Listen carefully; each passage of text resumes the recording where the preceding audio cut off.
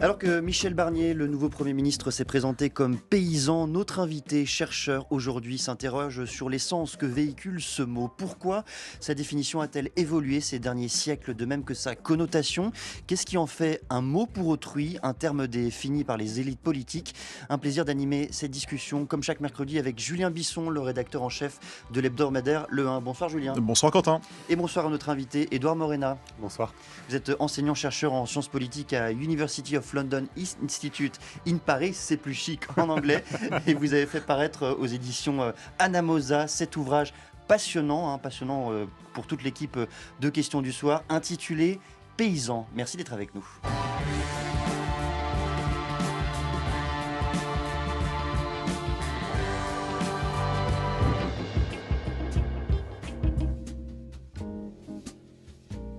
Mon fils, qui a eu son CAP l'année passée, il travaillait chez M. Boulben, là, comme menuisier et charpentier. Puis il donnait un coup de main à ma femme avant de partir le matin. Et puis le soir, quand il rentrait. Il ne veut pas entendre parler Oh d'agriculture. non, non, non, il dit que c'est le dernier métier après le bagne. Je voudrais aller travailler dans une usine. Vous ne voulez pas travailler la terre comme votre père? Ah non, non, c'est pas assez rentable. On n'a pas les moyens de se payer l'hôtel, mon gars. Non, mais même au restaurant, jamais. Mais non, on peut pas. Moi, je vends mes moutons. J'étais un éleveur, mais j'arrête l'agriculture. J'arrête le métier d'agriculteur. Ça ne marche plus. J'en veux à tous nos dirigeants qui ne comprennent pas la situation actuelle de l'agriculture. Ils sont en train de nous mettre à genoux. Ça ne sert à rien de donner des subventions d'un côté et d'affamer les agriculteurs de l'autre. Qu'est-ce que je veux dire, les gars? On défend l'agriculture de type capitaliste et nous, on nous laisse finalement mourir. Ne soyez pas impatients. Moi, je suis un paysan montagnard, une étape après l'autre. Et l'ouverture de cet échange vous est proposée par Julien Bisson. Une question, Édouard Morena. On a entendu Michel Barnier, notre nouveau Premier ministre, se targuer avec fierté d'être un paysan montagnard, lui qui est fils d'un chef d'entreprise, qui est passé par Sciences Po Paris, Subdeco Paris. Pourquoi est-ce qu'il se targue d'être paysan? Quel titre de gloire espère-t-il tirer de cette appellation? Bien, en fait, je pense que ça renvoie au fait que le mot paysan, il est associé à énormément d'idées, d'images. Et du coup, en se targuant d'être paysan, finalement, il renvoie à des idées qui sont très répandues, très partagées, et qui contribuent finalement aussi à l'ancrer en quelque sorte, ou à l'associer quelque sorte aussi au peuple. Parce qu'au fond, cette idée de paysan, finalement, en France, en tout cas, tel qu'on le conçoit, ça renvoie un peu à cette idée du peuple français. Et c'est quoi l'enjeu? C'est de se distancier fondamentalement de Paris, d'un certain cercle élitiste, d'un certain milieu surdiplômé. C'est cela la fonction première de ce terme dans sa bouche? Il y a toujours un peu ça, il y a toujours cette tendance à opposer Paris et la province. Et d'ailleurs, en fait, voilà, c'est très présent. Et donc, d'un côté, il y a une critique de la ville, une critique de ce qu'elle représente, en tout cas historiquement et encore aujourd'hui, en quelque sorte, et de l'autre côté, une sorte de célébration de la campagne comme étant finalement l'incarnation de la vraie France. Et donc je pense que quelque part, en se définissant comme paysan, il veut aussi finalement s'associer à cette sorte de vraie France qu'il est censé représenter, alors qu'en fait, d'un point de vue en tout cas purement mathématique dans l'Assemblée nationale, il est plutôt minoritaire.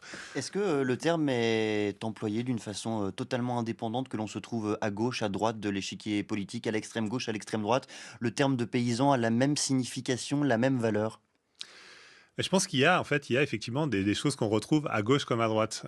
Cette idée d'authenticité, d'attachement à la terre, de simplicité, une forme de noblesse aussi. Enfin, ce sont tous des termes, on va dire, qu'on va retrouver dans la bouche d'hommes politiques de droite comme de gauche. Et c'est ça que j'ai trouvé assez fascinant d'ailleurs, c'est finalement qu'en fait, c'est un terme qui fait plutôt consensus à droite comme à gauche et qui est employé du coup par les forces politiques de gauche comme de droite. Pour des raisons en fait purement politiciennes en fait. Julien Bisson. Et cette référence à la paysannerie, que ce soit à gauche ou à droite du spectre politique, est-ce que c'est une exception française ou est-ce qu'on la retrouve à l'international dans cette même veine plutôt positive? En fait, c'est vrai que moi, à l'origine, donc ayant fait ma thèse au Royaume-Uni, et donc m'étant intéressé à cette question en tant que doctorant au King's College à Londres, ce qui m'a vraiment frappé dès le départ, c'est qu'en fait, ce terme n'était pas du tout utilisé ou n'était pas du tout répandu dans la littérature académique pour parler finalement des questions agricoles contemporaines, mais aussi plus largement en fait dans les débats, dans les débats politiques, dans les débats de société au Royaume-Uni. En fait, le mot peasant finalement il renvoie soit à des producteurs ou des productrices agricoles des pays dits du Sud, ou alors il renvoie à l'histoire ancienne. En fait, il renvoie pas à l'agriculture contemporaine. Alors qu'en France, et c'est ce qui m'a vraiment, moi, marqué, c'est qu'en fait, ce terme, il est employé couramment. En fait, on s'y réfère, on utilise le mot paysan comme on utilise le mot agriculteur, d'ailleurs, hein, dans les mêmes phrases. On parle, voilà, les hommes politiques, dans les domaines culturels, dans la littérature, on parle de monde paysan. C'est un terme qui n'est pas du tout questionné. Et moi, pour le coup, encore une fois, en ayant fait ma thèse au Royaume-Uni, je trouvais ça assez marquant, en fait, de voir cette manière dont finalement personne ne s'interrogeait vraiment sur ce terme. Alors interroger ce terme, son imaginaire, c'est tout l'enjeu, toute l'ambition d'ailleurs réussie de votre livre intitulé Paysan, tout simplement, et qui vient de paraître aux éditions Anamosa. Vous avez commencé à effleurer le sujet, l'étymologie du terme paysan. Décrivez-la nous, d'où vient-elle ? Je pense que le mot paysan à l'origine, je crois que ça vient du latin. Enfin, je suis pas allé autant en arrière que ça, mais je pense que ça vient à l'origine de latin de paganus, qui je pense qu'il y a une dimension beaucoup plus territoriale. Et d'ailleurs, c'est une dimension qui est assez intéressante aussi du terme tel qu'il est employé. En fait, hein, ça renvoie aussi à cette idée de pays, de territoire.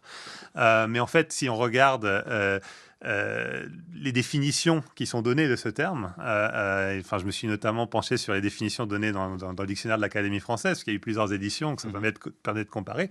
Et ce qui est intéressant de voir, c'est que dès la première édition du dictionnaire de l'Académie française, je pense que ça date de 1600 et quelques, la définition qui était donnée du terme était aussi associée à...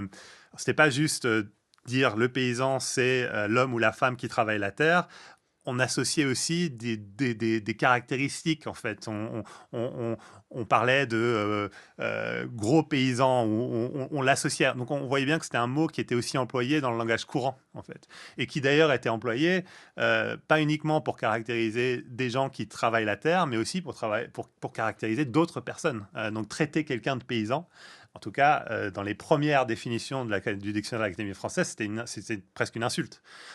Et on retrouve d'ailleurs un peu ça, hein, encore aujourd'hui, en fait. Hein, parfois, voilà, on peut dire espèce de paysan de manière assez négative. Mais en même temps, ce qui est intéressant à voir, en fait, avec l'évolution de la définition, c'est qu'en fait... Au fur et à mesure du temps, finalement, on commençait aussi à l'associer à des valeurs plutôt positives. On parlait de belles paysannes. On associait finalement le paysan à des bonnes choses, à des choses positives. Et donc, c'est ça qui m'a vraiment intéressé, c'était finalement comment le mot, finalement, la définition, elle a évolué, en fait. Et elle ne servait pas uniquement à définir un métier ou une activité, mais il servait aussi à définir, en fait, un système de valeurs, une façon de voir le monde, une manière de vivre, d'exister, etc. Julien Bisson. Et cet usage du mot, justement, et l'imaginaire qui lui est accolé, est-ce que, finalement, ça a servi d'un projet politique, en tout cas des usages politiques, au fil de notre histoire ?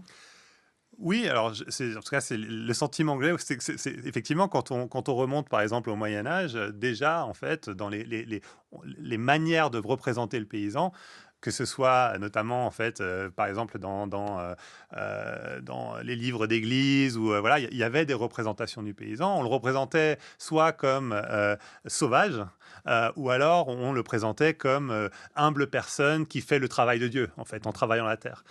Et donc, dès cette époque-là, il y avait une dimension politique, dans le sens où, en fait, dans un système féodal, en fait, les seigneurs, ils dépendaient, en fait, des paysans. Ils avaient besoin de contrôler cette population paysanne. Et ils le faisaient notamment à travers les représentations qu'ils en faisaient. Et ça a continué au fil du temps, avec la Révolution française, au lendemain de la Révolution française, au 19e siècle notamment, dans un contexte en fait de lutte politique acharnée entre les partisans, on va dire, de la République et ceux qui s'y opposaient. Dans les deux camps, finalement, on a cherché aussi à mobiliser la figure du paysan. Et encore plus à partir de 1848, avec le suffrage universel, où là, pour le coup, c'était un enjeu politique direct, en fait, électoral. Il fallait gagner le vote des campagnes. Et donc, pour gagner ce vote des campagnes, il fallait à la fois mettre en œuvre des politiques favorables, on va dire, aux populations des campagnes essentiellement agricoles, donc c'est la création du ministère de l'Agriculture, la mise en place de toute une série de politiques protectionnistes aussi à l'époque, mais c'était aussi finalement, pour les républicains en tout cas, c'était aussi de paysaniser la République en quelque sorte, de faire finalement du paysan un peu un symbole de la République. D'autant plus qu'il ne s'agissait pas seulement de contrer, on va dire, les forces réactionnaires, mais il s'agissait aussi de contrer le mouvement ouvrier et les anarchistes et les révolutionnaires de gauche, qui, eux, pour le coup, présentaient finalement l'ouvrier, le prolétaire comme étant le symbole du régime ou du régime qu'ils souhaitaient mettre en place. Donc, quelque part, voilà, donc c'est vraiment assez intéressant de voir comment finalement les différentes forces politiques se sont battus pour, quelque part, s'accaparer non seulement la population paysanne, mais aussi le terme paysan pour l'associer à leur projet politique. Je reviens, Édouard Morena, sur ce terme de paysan. Vous avez laissé entendre un peu plus tôt dans cette conversation qu'il y avait une égalité parfaite entre ce mot de paysan et celui d'agriculteur. Le terme, il est employé indifféremment l'un de l'autre ? Dans les discours politiques, en tout cas récents, oui. Alors si on revient à la crise agricole de début 2024, effectivement, dans une même phrase, on allait avoir des références aux agriculteurs, aux paysans. Après, ce que l'on va, encore une fois, ça va dépendre des acteurs. Si on prend par exemple le cas de la Confédération paysanne, finalement, elle ne considère pas ses membres comme étant des agriculteurs. Et elle cherche justement à insister sur cette différence entre agriculteurs et paysans. L'agriculteur, c'est le productiviste, alors que le paysan, c'est le petit producteur, voilà, qui a une petite exploitation, qui vend en circuit court, etc. etc. Mais si on prend le cas de la FNSEA, le syndicat dominant, eux, pour le coup, effectivement, ils emploient les deux termes. Ils considèrent que finalement, agriculteur et paysan, c'est la même chose. Et que finalement, c'est moins la question de comment on produit, mais ça renvoie toujours à cette idée d'un sorte d'éthos, en fait, d'une certaine idée, une certaine manière de voir le monde, d'un certain rapport au sol et à la terre, qui est partagé, selon le syndicat majoritaire de la FNSEA, par l'ensemble de la population agricole. On voulait, Édouard Morena, vous faire entendre avec Julien Bisson la voix d'Henri Mandras, le sociologue et l'auteur de La fin des paysans, dans une archive de 1967. L'esprit revendicatif a toujours été dans l'âme paysanne. On se fait une idée du paysan sage et respectueux de son seigneur depuis le Moyen-Âge. C'est une très fausse idée. Il y a toujours eu des jacqueries tout au cours de l'histoire. La Révolution a commencé par des châteaux qu'on a brûlés. Les régions qui votent le plus à gauche en France au cours du 19e siècle sont des régions paysannes. Par conséquent, il y a là vraiment une sorte de cliché qu'il faut détruire complètement. Et il est certain, en tous les cas, que depuis maintenant 15 ans, les paysans représentent, Pisani disait, la force révolutionnaire de la France. Je dirais moins brillamment que c'est certainement le secteur de la population française qui a le plus le sens profond du changement et qui se modernise, contrairement à ce qu'on dit, beaucoup plus vite que les autres secteurs de la population ou de la production française. Une archive, Édouard Morena, qui vous a fait sourire et acquiescer, et une question de Julien Bisson. Oui, est-ce que vous êtes d'accord justement avec Henri Mandras que derrière ce mythe du paysan éternel, en réalité, il y a une population qui est profondément engagée dans le changement et qui a profondément évolué au fil des décennies? Oui, absolument. Mais là encore, en fait, ce qui est intéressant dans cet extrait, c'est qu'il emploie le mot paysan pour qualifier finalement cette population, alors qu'en fait, il pourrait très bien dire les producteurs agricoles ou les personnes engagées dans la production agricole. En fait, et effectivement, oui, en fait, c'est une population qui à la fois promu le changement, mais elle a été quelque part un peu le réceptacle, en fait. Si on regarde même l'histoire, en fait, ce qui est intéressant avec l'histoire des agriculteurs, c'est qu'en fait, c'est aussi quelque part l'histoire du capitalisme lui-même. C'est-à-dire qu'en fait, il n'y aurait pas eu de capitalisme industriel sans capitalisme agraire, et pour qu'il y ait ce capitalisme agraire, il fallait en fait que les producteurs agricoles fassent évoluer leur manière de produire, qu'ils soient plus productifs, pour pouvoir libérer de la main-d'œuvre qui allait ensuite travailler dans les usines, pour pouvoir aussi nourrir les populations ouvrières des villes. Donc, quelque part, en fait, oui, en fait, les agriculteurs ou les producteurs agricoles sont au cœur, se sont transformés radicalement.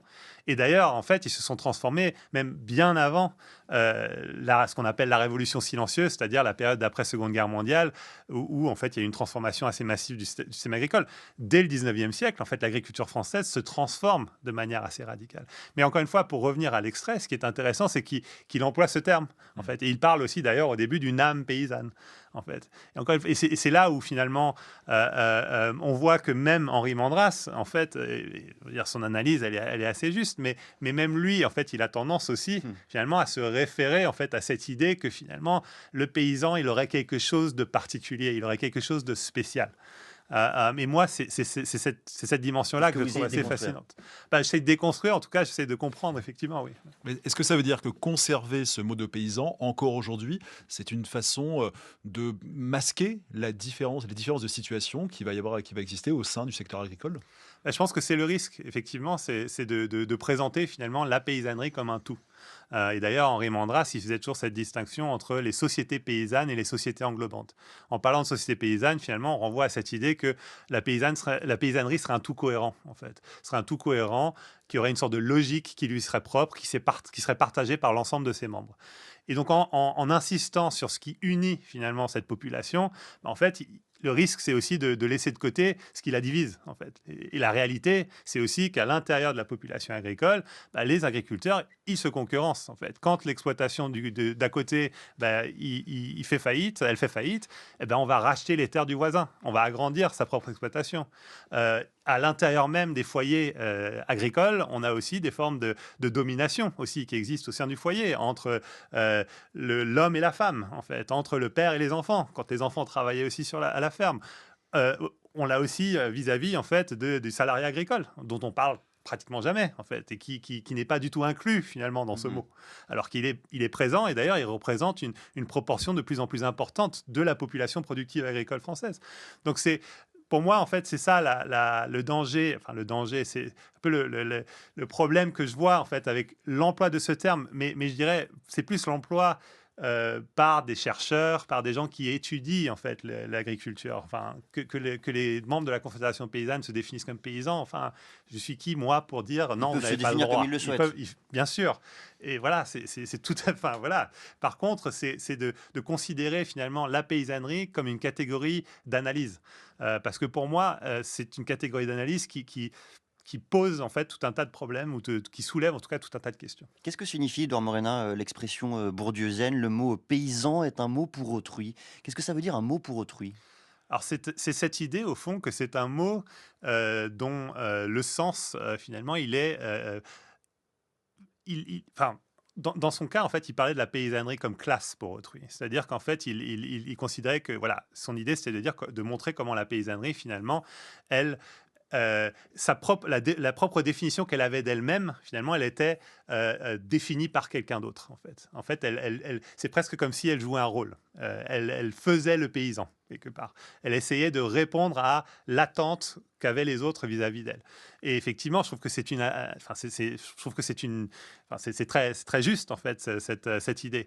Et d'ailleurs, je le retrouvais beaucoup avec la Confédération paysanne, en fait, quand on reprend, en fait, le début des années 2000, quand il y avait José Bové qui était vraiment, il était sur tous les plateaux télé, en fait, il se faisait inviter et je me rappelle d'une image, c'était sur France 2, je crois, il est arrivé sur le plateau avec une vache, en fait. C'était de l'ordre de la caricature. C'est la même chose lorsque Pierre Bourdieu explique et emploie cette expression de paysannerie comme classe-objet, c'est le même référentiel. Dans le fond, la définition vient toujours de l'extérieur de la paysannerie et des paysans? Oui, effectivement, je pense que c'est cette idée-là qu'il essaye de mettre en avant, que c'est une classe-objet. Et quand il parle de classe pour autrui, c'est cette idée aussi que ce n'est pas une classe pour soi, en fait, qu'elle n'a pas nécessairement cette sorte de conscience de classe qui lui permettrait aussi de promouvoir ses intérêts collectifs. Et c'est là où peut-être que moi, j'avais aussi... je voyais... je n'oserais jamais critiquer Bourdieu, mais par contre, peut-être... Si, vous avez le droit. J'ai le droit. Il n'y a pas d'idole. Non, mais voilà, je suis... bon, bref. En tout cas, avec la Confédération paysanne, ce que je trouvais intéressant, c'est justement cette manière dont, finalement, pour moi, ils utilisaient, en fait, cette identité paysanne pour avancer leurs intérêts qui étaient très concrets, leurs intérêts très matériels. Donc, en fait, ils jouaient ce rôle de paysan parce qu'au fond, c'était aussi une manière pour eux de gagner des choses, mais très concrètes, sur les questions, et les questions qui reviennent tout le temps dans les débats autour de l'agriculture, c'est la question du revenu. En fait. Donc, c'était une manière pour eux, en fait, d'avancer leurs intérêts, encore une fois, très matériels. Mais quelque part, ils ont aussi contribué à renforcer, finalement, cette idée du paysan et l'image qu'on se fait, etc., etc. Julien Bisson. La sociologue Danielle Hervieux-Léger parle de compensation nostalgique depuis les années 70 vis-à-vis justement du monde paysan, avec la façon dont ça peut être chargé cette expression. D'où vient cet attachement de la population française contemporaine pour ce secteur qui représente finalement très peu de ces 1,4% des actifs aujourd'hui? Belle expression, la compensation C'est une belle nostalgique. expression, absolument. Alors d'où ça vient? Je pense que c'est le fait c'est le produit d'années de promotion de cette idée, en fait, quelque part. Si on remonte au 19e siècle, si on regarde, en fait, les productions littéraires, si on regarde aussi même les premières publicités, en fait, à la fin du 19e siècle, les peintures, en fait, tout était fait pour célébrer, en fait, la paysannerie, le paysan, l'associer aussi à certaines valeurs. Donc, il y avait une sorte d'unanimité, en fait, encore une fois, qui allait bien au-delà de la sphère politique, mais qui concernait vraiment la sphère culturelle et aussi, dans une certaine mesure, la sphère de la recherche. Donc, quelque part, voilà, on a un peu baigné là-dedans.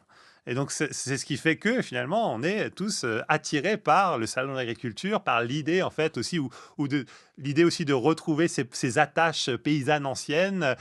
Voilà, je pense que c'est parce que, encore une fois, pour moi, c'est une chose qui est vraiment dans laquelle on est imprégné. Mais il y a aussi des éléments beaucoup plus conjoncturels qui renvoient aussi à des sentiments d'insécurité. Encore une fois, si on reprend le cas du Covid, on prend aussi les questions environnementales. En fait, quelque part, le paysan, en incarnant l'autonomie, en incarnant finalement un rapport plus sain avec la nature, on le voit aussi quelque part comme une sorte de réponse à toutes les questions, à toutes les angoisses en fait, que l'on a en ce moment dans un contexte qui est plein d'angoisse, en fait, qui est rempli de crises. Donc, quelque part, il incarne une sorte de réponse à tout ça. Et donc, c'est une figure qui est assez rassurante et dans laquelle aussi on peut se projeter.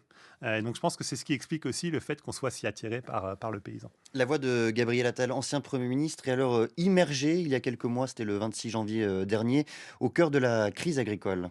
Maintenant, du concret. Parce que je sais qu'en agriculture, c'est comme en amour, il faut des preuves d'amour, il faut des mesures concrètes. Je le dis de manière très claire, une réforme où l'État ne gagne rien et où en plus les petits perdent, enfin pardon, mais ça s'appelle peut-être probablement le bon sens paysan, mais enfin il faut savoir dire que ça n'a pas grand sens. Bon, il y aurait beaucoup à dire sur cette expression de bon sens paysan, mais ce que je voulais pointer à travers cet extrait, c'est la différence de traitement entre les mouvements écologistes, les mouvements, par exemple, les mouvements qu'on a observés sur l'A69, qui voulaient empêcher la construction de cette autoroute non loin de Castres, et les mouvements de l'A64. C'est vous qui faites le parallèle, les mouvements agricoles qui étaient bloqués et qui manifestaient sur cette autoroute. On a l'impression que le monde agricole, en particulier en comparaison des mouvements écologistes, c'est un mouvement intouchable politiquement et même sociologiquement. Oui, je pense que ça renvoie justement à sa sorte de force symbolique. Quelque part, s'attaquer aux agriculteurs, c'est pas uniquement s'attaquer à une catégorie particulière de la population, c'est aussi s'attaquer à ce qu'elle représente, à ce qu'elle incarne. Et je pense que c'est pour ça, en fait, qu'on y va en général plutôt avec des pincettes, en fait, lorsqu'il s'agit en fait des agriculteurs. Et eux savent très bien aussi se servir de ça. Ils savent très bien se servir de ça. Ils savent très bien mobiliser aussi cette dimension en fait, de symbolique, cette idée que finalement, voilà, il n'y a pas de pays sans paysans. Ce sont eux qui le disent. Et donc, voilà, et ils le font de manière très, très efficace aussi. Donc, pour moi, c'est ce qui explique aussi cette sorte de réticence à s'attaquer on va dire plus frontalement en tout cas aux représentants des agriculteurs. Julien Bisson. Quid des néo-ruraux? Est-ce que tout le monde peut aujourd'hui se dire paysan? Ou est-ce que il y a oui, la preuve, Michel Barnier l'a fait. Donc, oui, absolument. Je pense que c'est ça. Enfin, c'est ce qui est aussi. Voilà, c'est un mot absolument qui peut être repris sans grande difficulté. Après, pour ce qui est des néo-ruraux, absolument, il y a notamment au lendemain de mai 68, mais tout un mouvement en fait d'individus issu des villes qui a voulu en fait se réinstaller en agriculture et qui a aussi repris à son compte cette terminologie du paysan. Mais ce qui est aussi intéressant à voir à cette époque-là, c'est qu'en parallèle, si vous regardez dans d'autres régions, si vous prenez le Grand Ouest, et vous quittez l'Ardèche et la Drôme et vous allez dans le Grand Ouest, notamment dans la région de Nantes, les agriculteurs qui étaient mobilisés aussi dans ces régions-là, il y en a beaucoup qui finalement, en fait, n'aspiraient pas nécessairement à reprendre la ferme. En fait, ils n'aspiraient pas nécessairement à continuer à être agriculteurs. Et ça, je pense que c'est une dimension qui est toujours intéressante. On part toujours du principe qu'un paysan veut rester paysan ou un agriculteur veut rester agriculteur. Et on est presque déçu quand il décide de ne plus être agriculteur. Donc il y a un sorte de mouvement dans un sens, mais pas dans l'autre. Merci beaucoup, Edouard Morena, de ce voyage dans l'histoire et dans l'espace français. Je rappelle que vous êtes enseignant-chercheur en sciences politiques à l'Université de Londres, Institute in Paris, et vous êtes l'auteur de cet ouvrage intitulé Paysans, qui vient de paraître aux éditions Anamosa. Merci beaucoup, Julien Bisson. Qu'est-ce qu'on trouve dans le fabuleux hebdomadaire Le 1 cette semaine? Eh bien, un numéro double cette semaine, Sous nos pieds, la terre, pour faire justement explorer les sols qu'explorent nos paysans. Et puis en première feuille, taxer les riches, point d'interrogation. Merci à tous les deux de cette discussion. Merci également à l'équipe qui fait vivre chaque soir, chaque semaine, cette émission. Bertie Bourdon, Stéphanie Villeneuve, Fanny Richer, Mathias Mégy, Florian Le Calvez, Roxane Poulain à la réalisation, François Richer et aux manettes ce soir, le chevelu Florent Bujon. Vous êtes bien sur France Culture. France Culture présente l'exposition Exil, regard d'artiste au Louvre-Lens. Nombreux sont les artistes qui ont connu l'exil pour un temps ou pour la vie. Ils incarnent ce départ vers un ailleurs. Que fait l'exil à la création? Cette expérience la rend-elle différente, singulière? L'exposition explore les liens entre création et sentiment d'exil, où art ancien et art contemporain dialoguent dans un parcours de plus de 200 œuvres. Exil, regard d'artiste, jusqu'au 20 janvier 2025 au Louvre-Lens. Un partenariat France Culture.